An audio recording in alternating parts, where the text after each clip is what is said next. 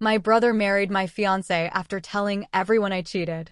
Mom said, she was never meant for you anyway. I left without saying a word. Years later, I rolled up to the family reunion in a $200,000 car, while they showed up late because their old beater broke down 2 blocks away. They didn't just break my heart, they stole my entire future, manipulating everyone I loved. But what they didn't realize was that I wasn't gone forever. I was just preparing the coldest, quietest fire they'd ever feel. This story started nearly 7 years ago, back when I was just 22, fresh out of college, diving into my first real job. I had no idea just how twisted my own family could be. I grew up in a small, suffocating suburban town where everyone knew everyone and reputations stuck like gum. My brother, Drew, 2 years older, was the golden child. Varsity athlete, class president, the one my mom proudly introduced as her perfect son. Me? I was the quiet one, the smart one if we're being generous. But in our house, brains never, ever won over charm. My parents, or let's be real, my mom, always favored Drew. If I got an A, Drew's C+ was still celebrated because he was under so much pressure with sports. If I landed a job offer, she'd ask if it paid more than Drew's. Spoiler, it didn't. And even if it did, she'd just change the subject. My dad was a neutral ghost in the background, rarely standing up to mom, and never getting involved in her family decisions. And those decisions usually meant Drew got what he wanted, when he wanted it. I met Emily at a coffee shop downtown. She was smart, kind, and had this incredible way of listening that made you feel like you were the only person in the room. We started dating during my senior year of college, and even as I graduated and plunged into the corporate whirlwind, we stuck together. We weren't a flashy, Instagram-perfect couple, but we were solid. At least, I thought we were. My family never fully warmed up to her. My mom would constantly make these little digs, like, she's cute, but not really your level, honey. And Drew? He was civil, but cold. At the time, I brushed it off, thinking it was just the usual territorial sibling thing. Now, I know better. The first crack in the facade happened at my graduation dinner. It was supposed to be my celebration, but somehow Drew ended up giving a toast that sounded more like a resume reading of his own accomplishments. It's amazing seeing my little brother graduate, he joked. I remember when he couldn't even throw a football. The whole table laughed, everyone except Emily, who gave me a sympathetic glance. I brushed it off. Drew had always needed the spotlight. I was used to dimming my own so he could shine. Looking back, that dinner was a warning shot. A few months later, Emily and I moved in together. It was a modest apartment in the city, nothing special, but we made it ours. I'd started ring shopping quietly, slowly. I wanted it to be perfect. I hadn't told anyone yet, not even my best friend, because I knew how fast news traveled in our circles. But one night, as we were packing to visit my parents for the weekend, Emily said something strange. "Do you think your mom actually likes me?" she asked, folding a sweater. I laughed half-heartedly. "She's just blunt. She takes time to warm up." Emily didn't laugh. She just looked down. "It's not just her. Drew gives me this weird vibe. Like, he stares sometimes when you're not looking. Or he'll ask me strange questions. Last week, he texted me, asking what kind of wine I liked. Randomly. My stomach twisted.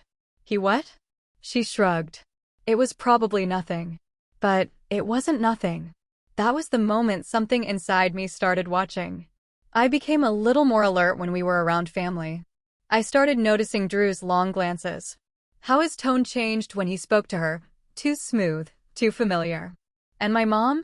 She'd keep inviting Drew to events we were both supposed to attend, movie nights, dinners, and then accidentally forget to tell me until the last minute, claiming she assumed I was busy with work. Then came the birthday party. Emily turned 24 in July, and I threw her a small celebration at our place. Just a few friends, cake, wine, some music. I wasn't planning to invite my family, but Emily thought it'd be a nice gesture, so I caved.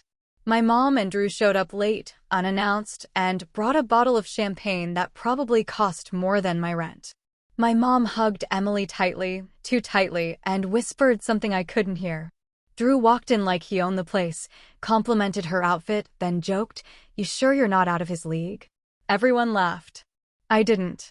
After that night, Emily seemed off. Distant. She smiled less, touched me less. I chalked it up to stress. She was applying to grad school, after all. But a quiet voice in the back of my mind whispered, "Something's wrong." Then came the proposal. Or what was supposed to be. I planned a weekend trip. Mountains, a cabin, quiet. I had the ring. I had the words. But the night before we were supposed to leave, Emily sat me down. "I don't think I can do this." At first, I thought she meant the trip. Then she said us. I blinked. "What are you talking about?" Her voice trembled. "I know about the other girl, Ryan." My heart dropped. "What other girl?" She looked like she was trying to be brave, but her hands were shaking. "Don't lie." Drew told me. He showed me the texts. He said you've been cheating for months. I couldn't breathe. "Emily, I haven't. I swear on everything. I haven't." But she wouldn't look at me. "He said he caught you. He said you begged him not to tell me."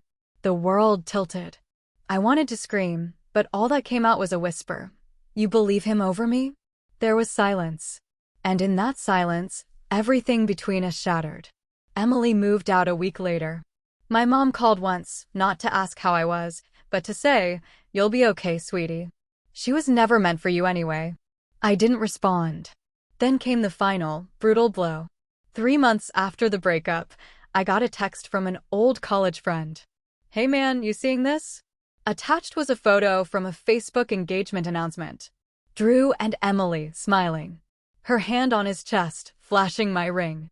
I stared at it for a long time. I thought I'd cry. Instead, I laughed. A small, hollow sound that echoed in my empty apartment. I packed a bag that night. I didn't tell anyone. I turned off my phone. I disappeared. No texts, no emails, no explanations. Let them fill in the blanks. I just walked away from all of it. That was the end of who I used to be and the start of something else entirely. I vanished. Not in the dramatic, burn everything down kind of way. Just quietly, deliberately. I quit my job, broke the lease, deleted every social media account I had, and bought a used sedan with what little savings I had left. I drove west, toward states I'd never seen, mountains I'd only read about, and towns where no one had ever heard the name Ryan Bennett. For the first time in my life, I didn't have to live in Drew's shadow or shrink under my mother's disapproval. It was terrifying, and it was freedom. For 2 years, I worked odd jobs and moved often. Sometimes I was a bartender, other times a barista, once even a bellhop at a ski lodge in Colorado. I learned to love silence. I read a lot. I kept a notebook, filled it with ideas. One of them, a startup concept I dreamed about in college, but never had the guts to pursue, slowly began to take shape. I won't bore you with the grind, but let's just say that isolation sharpens you and bitterness, when channeled right, is fuel. I taught myself code, saved obsessively, partnered with someone I met online who shared the vision, and after about 3 years, the business finally took off. It started small, then grew fast, like wildfire in a dry forest. Investors came. Partnerships followed. By 28, I wasn't just doing well. I was quietly wealthy. Quiet enough that no one back home knew a thing. But they were about to. The first time I heard from my family again was during a late summer afternoon. I was sitting in my home office, staring out over a quiet lake I now live beside, when my phone, a new number unconnected to my past, buzzed with a random email notification. Subject line, family reunion. "We miss you, Ryan." I stared at the name, Mom. The email was oddly cheerful, as if the past 5 years hadn't happened, as if they hadn't betrayed me, ridiculed me, thrown me aside like I was nothing. She wrote about how everyone was so excited to finally be together again, how Drew and Emily would be there with their little one. Apparently, I had a nephew. And how it wouldn't be the same without you. That was the first I'd heard of the child. I didn't respond, but that email opened a door. Soon enough, I found myself being passively watched. My old LinkedIn profile, which I'd locked and buried, had a sudden spike in views. My business, now a major player in its niche, was being followed by accounts with my family's last name. One evening, I even saw Drew's name appear briefly as a viewer on a podcast I'd done under a pseudonym. It clicked. Someone had figured it out. A few weeks later, another email arrived, this time from my father. The tone was different, stiffer, more cautious. "Hey, son. I know it's been a while. Your mom told me about the reunion. She misses you. Drew, well, he regrets how things went down. I know you probably don't want to hear from us, but maybe it's time to let go of the past. It would mean a lot to your mother." I didn't reply. I wasn't ready. But the emails didn't stop. They came from my cousin, my aunt, even Emily, whose message simply said, "I hope you're okay. I think about you sometimes." I deleted it without opening the rest. Then something happened that shifted everything. One of my business partners forwarded me an email from an interested investor looking to arrange a meeting. They'd used my real name, the one I never advertised publicly. The message was vague, filled with flattery, but something about it felt off. I dug a little deeper, had someone on my team trace the source. It was Drew. He'd used a fake name, a burner address, tried to pose as an investor to get in touch with me. I saw red. He wanted something, and I knew exactly what it was. A few days later, I called my old college roommate, James, one of the few people I'd kept in loose contact with. He still lived near my hometown and, more importantly, had ties to people my brother still interacted with. "Hey," I said. "Weird question. Have you seen Drew lately?" James laughed. "Man, yeah, actually. You're not going to believe this. Guy's in debt up to his ears. Mortgage is underwater. Car got repossessed. And rumor is Emily's threatening to leave again." That last word, again, hit harder than I expected. Apparently, their marriage was not the fairy tale Facebook had promised. Turns out when the foundation of your relationship is betrayal and manipulation, the walls tend to crack fast. Emily had tried to launch some kind of influencer brand, but it flopped. Drew had burned through savings, made some bad investments, including a failed crypto gamble, and was now clinging to what little they had left. And worse, they'd moved back in with my parents. Of course they had. I almost felt sorry for them. Almost. But then James added, "Your mom still brags about Drew like he's God's gift to the planet. Pretends none of it's his fault. Tells everyone Emily's just going through a phase. It's pathetic." Nothing had changed. The golden child could do no wrong. And me? I was still the ghost. Until I decided not to be. The next family reunion was scheduled for early spring. An outdoor venue, rented out picnic area, all the distant cousins and second aunts, the full cast. It was the kind of event my mom lived for, social peacocking in its purest form. According to the email chain James forwarded me, Drew was supposed to be the unofficial guest of honor, with a toast planned in his name and everything. I RSVP'd anonymously under a fake name, just to see if they'd notice. They didn't. The weeks leading up to the reunion were strangely meditative. I didn't feel rage or even sadness anymore, just a steady, calculated calm. I pulled my old suit from the back of the closet, had it tailored, then rented a luxury car for the day, sleek, black, the kind that turns heads, but doesn't scream, trying too hard. I told my assistant to clear my calendar, booked a hotel 2 towns over, and I waited. The morning of the reunion, I arrived 10 minutes early. The venue was already filling with people, kids running around, distant relatives laughing. I parked the car in full view of the entrance, stepped out slowly, adjusted my jacket, and made my way toward the tables. No one recognized me at first. Not until I walked straight past the welcome booth and casually picked up a drink from the refreshment table. Then I heard it. A sharp intake of breath. "Ryan?" I turned. It was Aunt Michelle, the one who used to sneak me cookies as a kid and tell me I was too sensitive when my mom snapped at me. "Oh my God, it is you." Others started turning. Whispers spread. I smiled politely, nodded once, and kept walking. Then I saw them. My mom, standing near the stage, frozen. Drew beside her, hand in his pocket, face pale.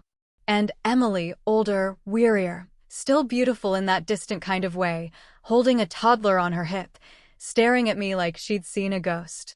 I didn't break stride. I walked right up to them, opened my mouth, and then, they didn't show up. Not at first. A rustle of conversation passed through the crowd. My mom's phone buzzed. She read a message, then her expression soured. "Their car broke down," she muttered. 2 blocks away. Of course it did. I glanced at the black luxury car parked near the gate, sunlight gleaming off the polished hood. Every eye was on me now, and for the first time in years, I didn't shrink. I smiled and waited. The silence that followed was almost theatrical. I stood there, drink in hand, the weight of every whisper and stare pressing against my back like a slow, building wave. But I didn't move. I didn't flinch. If anything, I let them look, let them wonder. My mother, of course, was the first to try and recover. She moved toward me with that signature tight-lipped smile she always wore when trying to appear gracious, the one that never reached her eyes. "Ryan," she said, her tone overly bright, like I was some distant cousin who'd RSVP'd last minute. "We're so glad you could come."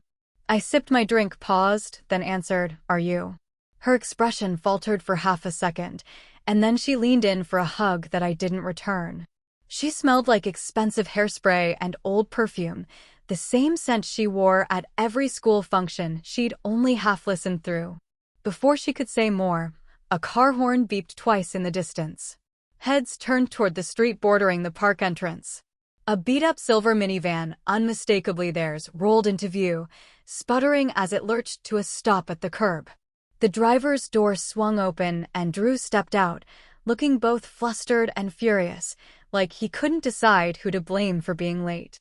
Then Emily stepped out behind him, lifting their toddler with one arm and slamming the passenger door with the other.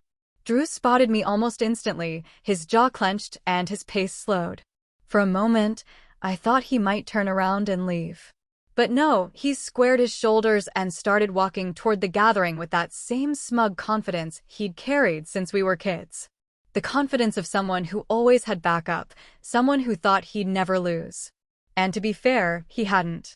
Not really, until now. As he approached, I noticed something subtle but telling. Emily wasn't walking beside him. She lagged behind, hanging back with the kid. And she was staring at me the entire time, not at my clothes, not at the car, at me. Drew extended a hand. "Didn't think you'd show." I looked at it, then back at him. "Neither did you, apparently." He forced a laugh. "Car trouble. You know how it is." "Not really," I replied, letting the smile curl slowly. "Mine runs fine." The silence between us stretched just long enough to be uncomfortable. Then he dropped his hand and gave a stiff nod. "Look, I know there's history, but maybe today we let that go. Yeah, just family stuff. No drama." That word, family. It hit different when it came from him. Before I could respond, my mom stepped between us like a diplomat rushing to prevent war. "Let's not turn this into a scene. We're here to celebrate all of us. And Ryan, honey, you being here means so much." "Really?" I studied her. The same woman who years ago told me Emily was never meant for you anyway, with a straight face. Who'd smiled through the cracks in my life like they were decorative. But I wasn't here for apologies. Not yet. The event went on in awkward waves. I floated through the afternoon like a ghost in a place I no longer belonged to. People greeted me with a mix of confusion and politeness. Cousins I hadn't seen in years gave me half-hearted hugs, clearly unsure how to approach the missing Bennett brother. But I smiled, small and polite, never offering more than was necessary. And then came the speech. My mom tapped a fork to her wine glass and stood up near the front of the picnic area, her tone syrupy with performative cheer. "I just want to thank everyone for coming today. It means the world to see our whole family finally back together. And especially," she paused for effect, "my sons. Drew, of course, who's had such a challenging year, but continues to inspire us with his strength. And Ryan, who surprised us all by showing up after, well, a little time away." I felt every eye swing toward me like searchlights. She kept going. "Families go through things, hard things, but we're strong. We forgive and we move forward. That's what today is all about. Forgive." That word almost made me laugh, but I didn't interrupt. I just watched. Drew was next.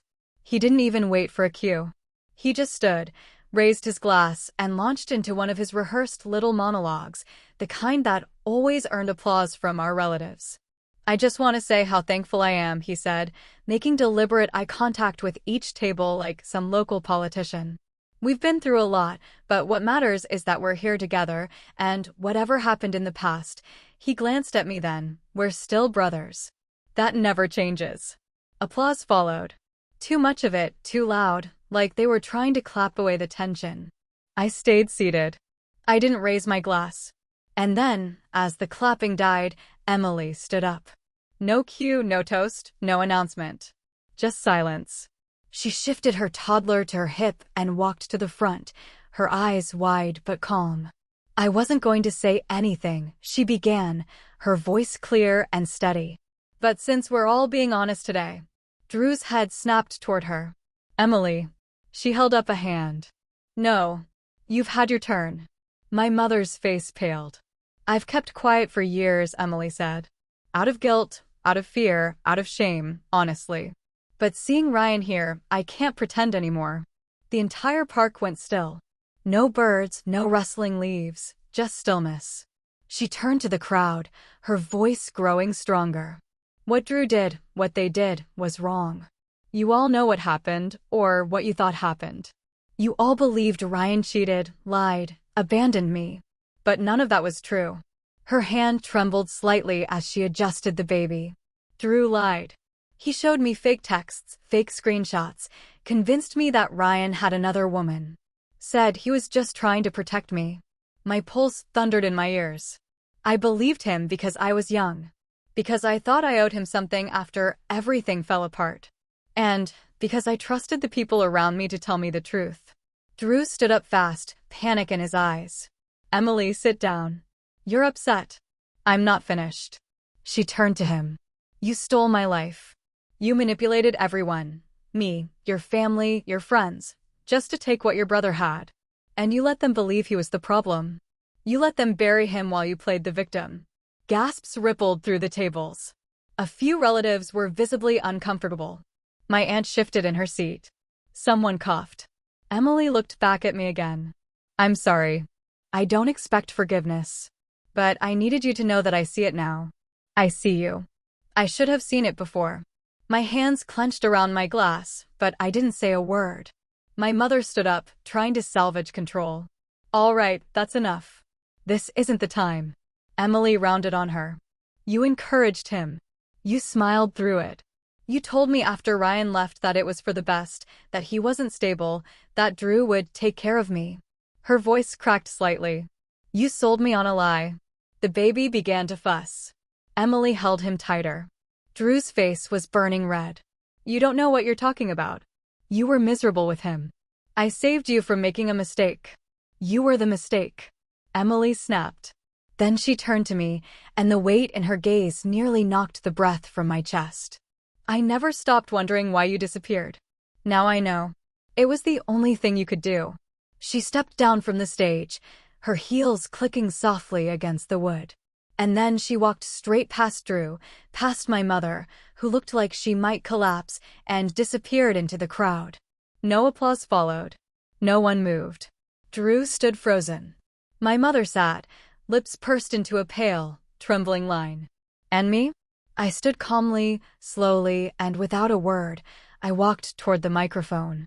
The microphone was still warm from Emily's hand when I stepped up to it. For a moment, I didn't say anything. I just looked out over the crowd. The same crowd that had once laughed at Drew's jokes about me, nodded along when my mom said I was overly sensitive. The same group that sent me off with silence when I vanished. Now they stared at me, mouths slightly open, unsure whether to brace for an explosion or an apology. I gave them neither. I simply said, I'm not here to clear my name. That would assume I still cared what any of you thought. There was a faint rustle of discomfort. My mom shifted in her seat. Drew took a single step forward and froze when I glanced his way. I just wanted to see, I continued, to see if anything had changed. I scanned the tables. Faces that once filled the background of my childhood. The same people who never once reached out. Not after the breakup. Not after the lies. Not when I vanished. Not until they found out I was worth something. But it hasn't, I said quietly. You still cheer for the loudest voice in the room. Still defend whoever makes you feel most comfortable. And you still mistake performance for character. My voice was steady, but my hands shook slightly. Not with anger. Not anymore. With release. I used to think I just wasn't good enough for this family, I added. Turns out, I was just too honest. Then I stepped back, placed the microphone gently on the table, and walked away. I didn't wait for a reaction. I didn't care what came next. I just wanted to be gone. I reached my car and paused for a moment before getting in. The polished black hood reflected the sky above. Cloudless, endless. I didn't even remember driving there that morning. I didn't remember much at all. Just the weight, the heaviness I'd carried for years, the unanswered questions, the nights I stared at ceilings, wondering how people I loved could be so casual about destroying me. The sick feeling in my stomach every time I replayed Emily's face the night she left. The ache of losing her, the ache of losing myself. It all caught up to me then. I sat in the driver's seat, closed the door, and finally exhaled like I'd been holding my breath since the day I disappeared. The next few days were a blur. I returned to the hotel in a kind of trance. I didn't eat much. Didn't sleep well. I kept replaying the reunion over and over. Emily's speech, my mother's face, Drew's tightening fists. The silence from everyone else. That was the part that lingered the most. The silence. No one stood up. No one defended me. Even after the truth came out, they just sat there. And I realized maybe I'd never lost a family. Maybe I'd never had one. That thought broke something loose inside me. Not in a violent way. Not in a way that made me want to scream or throw something, but in a way that made everything finally make sense. The next morning, I drove around the old neighborhood, past my childhood home, the park where Drew broke my nose in a friendly football game and Mom told me I was being dramatic. The ice cream shop where I once took Emily after our first real fight, the one where she admitted she hated how my family talked down to me. They were ghosts now. Every memory a shadow on pavement. I stopped by the cemetery. My grandfather, the only person in my family who ever made me feel truly seen, was buried there. I hadn't visited in years. I knelt by his grave and spoke out loud even though no one was around. I think I finally understand what you meant, I whispered. You said, sometimes the only way to survive a storm is to walk away from the house that refuses to fix its roof. He used to speak in metaphors. At the time, I thought he was just being poetic. Now, I saw it for what it was, a warning. I didn't cry. I just felt empty. The next day, I returned home. My real home. The one I built. Not from nostalgia. Not from hand-me-downs, but from grit. From pain, from rebuilding a self they tried to erase. And then I did something I hadn't allowed myself to do in a long, long time. I started planning. Not for revenge. Not yet. But for clarity. I pulled out every record I had. Old messages, timelines, financial records. I started mapping out what had happened in those last few months before I vanished. I didn't know what I was looking for at first. Maybe I just needed to see it all laid out. The betrayal, the manipulation, the way they turned my life upside down while smiling through it. But the more I uncovered, the clearer the patterns became. Emily hadn't just been manipulated emotionally. There were financial threads, too. Bank transfers, shifts in ownership. My old apartment lease had been co-signed by Drew at some point. Why? I never added him. The ring I'd bought for Emily? A custom order under my name, but the purchase history showed it had been picked up by someone else. 2 days before she left me. Things weren't just personal. They were calculated. I brought in a friend of mine, a forensic accountant I'd met through one of our angel investors. I asked him to look at a few documents casually. No context, just a situation I'm working through. A week later, he called me back. Ryan, he said carefully. You might want to sit down. I already was. He walked me through it. How Drew had used my identity to secure a small loan. How he'd forged a signature on the ring transaction. How someone, likely with access to my personal documents, had attempted to open a joint account in my name and Emily's. Days before the breakup. I thanked him, hung up, and stared at the wall for an hour. It was deeper than I thought. It wasn't just a relationship stolen. It was a life hijacked. They didn't just try to ruin me emotionally. They tried to erase me. But they failed. And now I had everything I needed, not just to heal, but to build the quietest, coldest fire they'd ever feel. Healing isn't linear. That's something I learned slowly, not in the poetic Instagram quote kind of way, but in the gut-wrenching, sleepless night kind of way. There were days I felt weightless, like the truth had finally set me free. And then there were mornings I woke up clenching my jaw, reliving the betrayal in fragments. Drew's smirk, Emily's disbelief, my mother's chilling indifference. But after the shock wore off, something else took root in its place: focus. I threw myself into my company like it was oxygen. Every hour became a brick. Every deal, every hire, every product release, a wall between who I used to be and who I was becoming. The world may not have known what my family did to me, but it would damn sure know who I was without them. The startup, which I'll just call Lucent Tech here, had been doing well before, but now it thrived. Maybe it was the clarity. Maybe it was that small ember of rage I let burn just hot enough to keep me sharp. But our growth exploded over the next 18 months. We pivoted our product into something bigger, a platform that automated back-end optimization for small to mid-sized SaaS companies. Doesn't sound sexy, but it was exactly what a dozen struggling startups needed, and we landed 3 major contracts within 6 months. From there, it snowballed. We expanded, hired 20 new people, moved into a sleek downtown office with an open floor plan and high ceilings that made everyone feel a little more powerful than they probably were. But I wasn't just building a company. I was building my own empire. I took courses, met mentors, hired a PR firm, sat on panels, spoke at conferences under my own name. The same name they once dragged through the dirt now appeared in Forbes' 20 entrepreneurs to watch under 30 list. Funny how that works.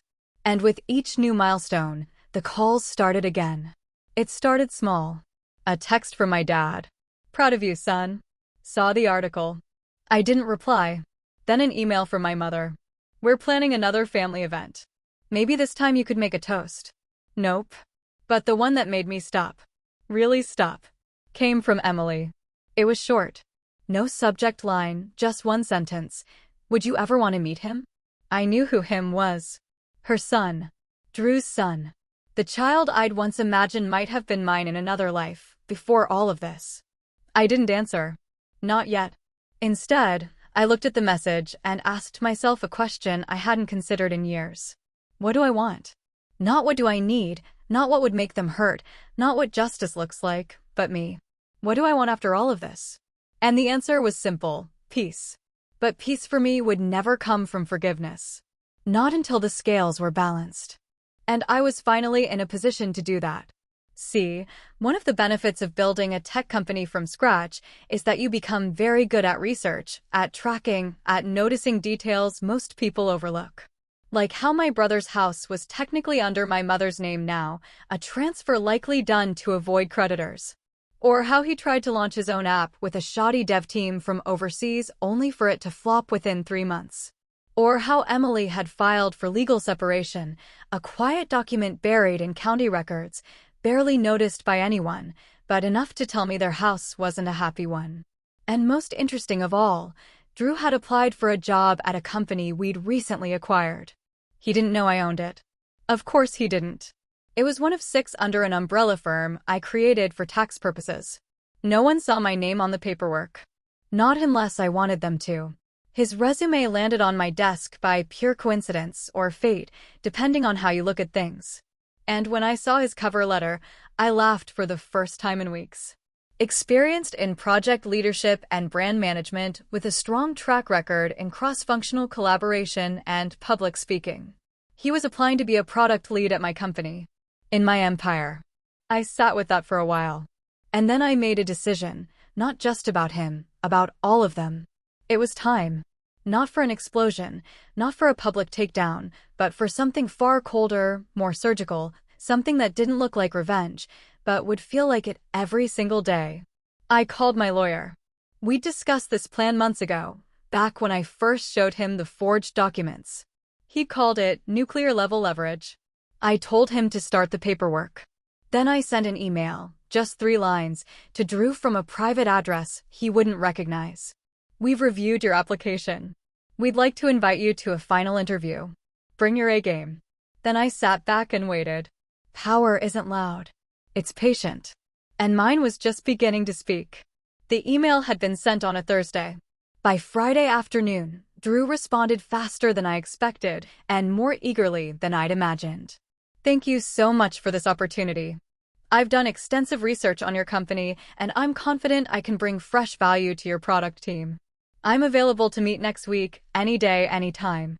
There it was again, that old Drew confidence, that greasy, unshakable arrogance dressed up as charm.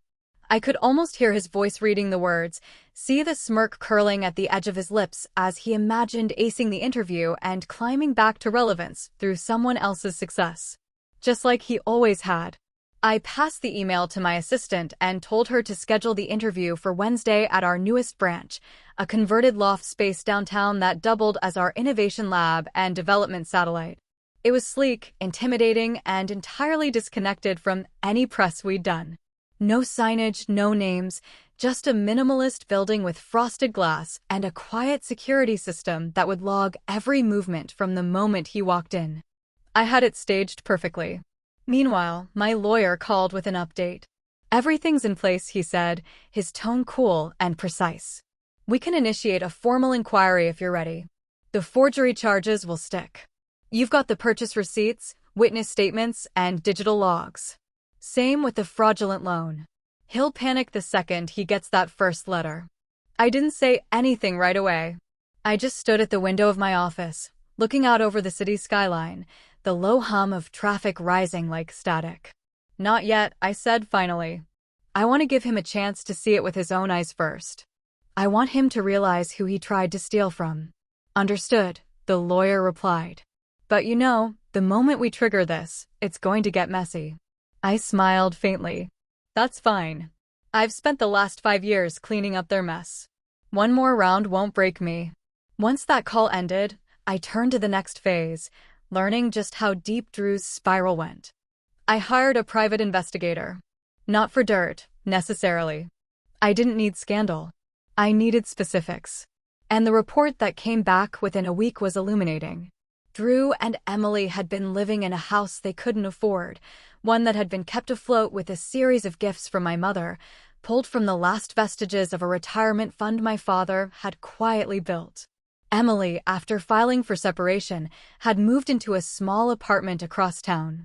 She'd left most of her belongings behind. Their son, Caleb, stayed with her and, based on the PI's observation logs, Drew hadn't made much effort to visit. Worse, Drew had been applying to dozens of companies. Every rejection seemed to hit harder than the last. He'd cashed out a small 401k to pay off a credit card. He was selling things online, a TV, a mountain bike, even his old college Letterman jacket. He was desperate, and desperate men make mistakes.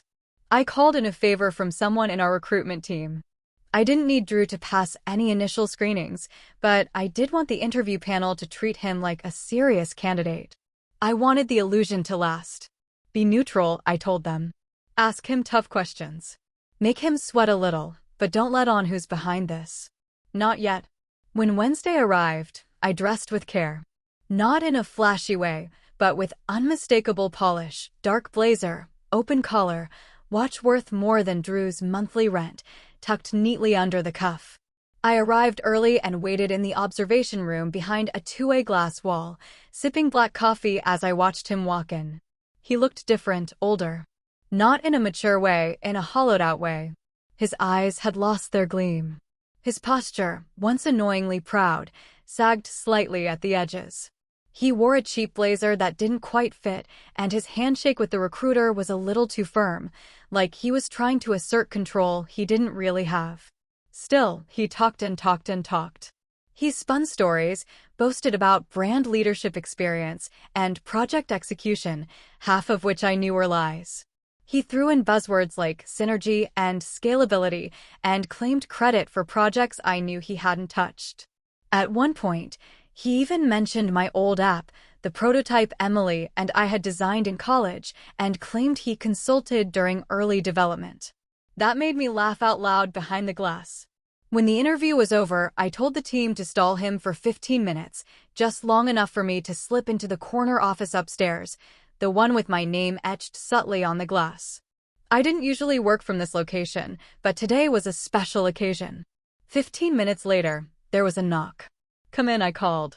Drew entered, a little flushed from the heat, carrying a fake leather folder with copies of his resume inside. And then he saw me. He stopped dead in his tracks. He didn't say a word, just stared. I waited 3 beats, then leaned back in my chair and gave him a small, slow smile. "Hey, Drew," I said. "Long time." He opened his mouth, then closed it again. His throat bobbed as he swallowed. I didn't realize. No, I cut in. "I'm sure you didn't." A heavy pause settled in the air like fog. I let it stretch. Let him sit in the realization. "I didn't come here to gloat," I lied calmly. "This isn't about revenge. This is about closure." His lips parted. "Ryan, listen, man. I know things got messy back then, but I was trying to protect Emily. I thought you were. Save it." I stood up slow and deliberate. "You weren't protecting anyone. You lied. You forged documents.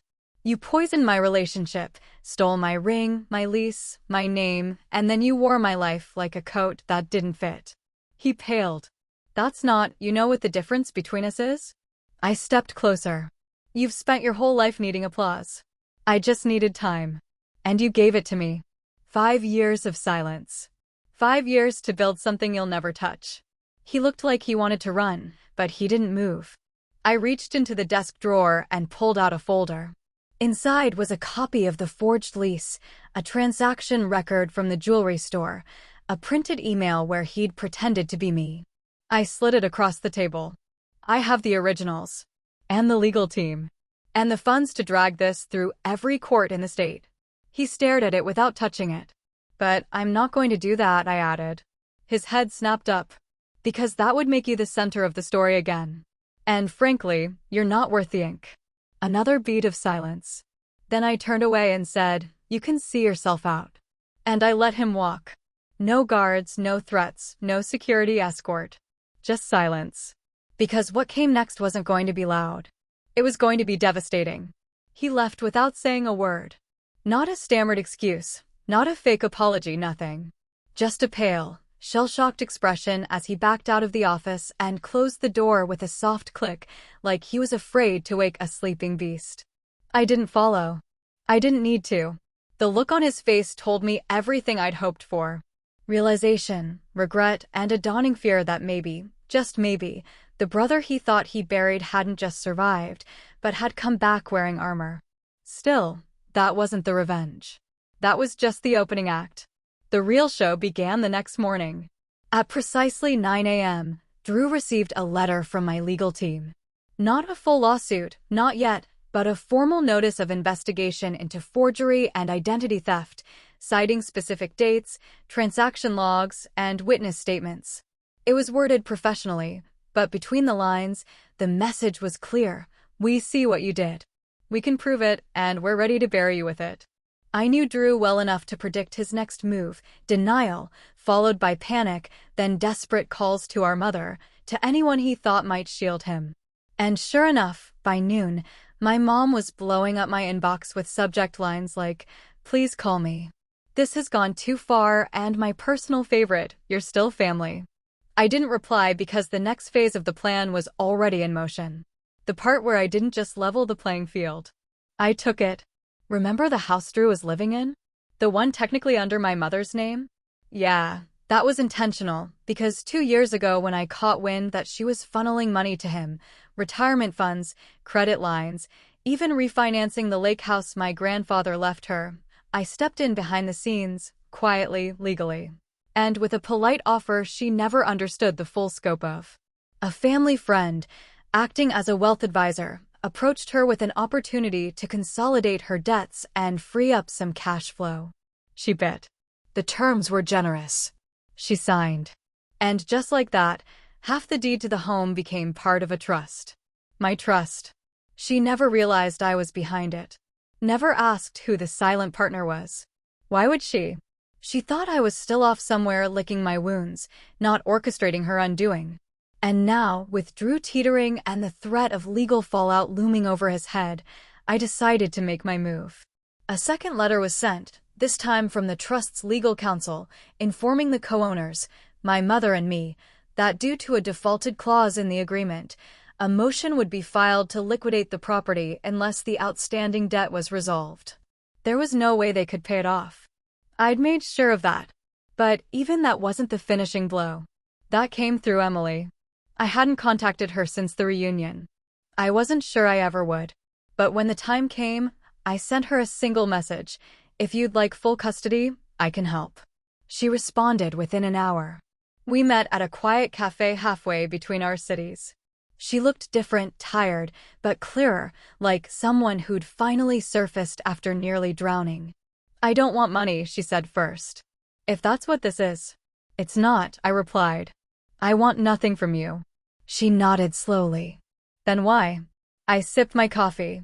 Because you're the only one who said the truth out loud. And because that kid deserves better than a father who treats people like toys. Her eyes glistened for a second, but she didn't cry. Tell me what I need to do, she said. And I did. I gave her everything. Legal connections, financial backing, character references from people in Drew's own failed business ventures who were more than happy to talk about his impulsive behavior, verbal abuse, and negligence. My lawyer drafted a quiet agreement offering Emily enough support to stabilize her and Caleb long-term. No ties, no strings, no loopholes. Just a clean break. 2 months later, the custody hearing came and went. Drew showed up alone, unprepared, unrepresented. Emily left with full custody and a reinforced legal barrier that prevented Drew from accessing Caleb without court approval. Then came the final stroke. The local newspaper, small but respected, ran a profile on Lucent Tech and its founder. A glowing feature, full-page photo, quotes about resilience and redemption. And right there in the sidebar, a little mention of an old betrayal, legal action, and how personal loss fueled a now multi-million-dollar venture. The name Drew Bennett wasn't in the article, but everyone knew, especially in our town. I didn't write the article, but I approved every line. The fallout was slow and thorough. Friends stopped returning Drew's calls. The small businesses that once trusted him with Siduark distanced themselves. My mother, realizing the house was no longer salvageable, quietly put it up for sale. The asking price was low, the interest even lower. Her reputation, once polished and proud, now came with a bitter aftertaste. And me? I stayed quiet. Because revenge, real revenge, isn't loud. It's not a dramatic speech or a final showdown. It's watching someone realize, in the stillness of their own ruin, that the person they discarded is the one holding every string. It's letting them hear the echo of your silence in every locked door, every severed tie, every opportunity that slips through their fingers. It's being the ghost they thought was gone, until the day they realize you've been watching the whole time. And I wasn't finished yet. The house sold for half of what it was worth. My mother moved into a cramped 2-bedroom apartment on the outskirts of town, far from the neighborhood where she'd once hosted garden parties and proudly told anyone who'd listened that her boys were doing so well. The shame didn't hit her all at once. It chipped away slowly in grocery aisles where old friends didn't wave, in whispered conversations behind her back, in the pitying glances from the church group that stopped inviting her to luncheons. She tried calling me once. I didn't pick up. She left a voicemail, her voice thin and brittle. Ryan, please. We're still family. But she'd already taught me what family meant to her. And I remembered. I remembered when she sat across from me, stone-faced, telling me Emily was never meant for me. I remembered how she let Drew lie, watched him poison my life, and still smiled through it. I remembered how, when I was gone, she didn't wonder if I was okay, only how to spin the story. And now she had no story left to tell. Drew, on the other hand, did what Drew always did. He ran. After losing custody, after the article, after the house was sold, he tried to disappear into another city, another job, another identity. But the digital world didn't forget. Employers Googled him. Background checks lit up red flags. His resume was flagged for inconsistencies. He started freelancing, underpaying himself just to get a foot in the door. But even those doors closed fast. One night, James, my old college roommate, sent me a screenshot. Drew had started a GoFundMe. The caption read, "Trying to rebuild for my son." Life threw me some unfair curveballs. No mention of Emily or me. Or the truth. I didn't donate. Neither did anyone else. It stayed at $75. 3 weeks in. Emily, meanwhile, thrived. She found a job working with a local nonprofit that supported single mothers and young families. I got a card from her one day, just a plain envelope with a crayon drawing inside from Caleb. No message, no signature, just a little stick figure with spiky hair and a lopsided smile holding hands with a taller one in a suit. I kept it pinned to my fridge, not because I needed to remember who I was to them, but to remind myself of who I had become despite them. I didn't speak about the past often.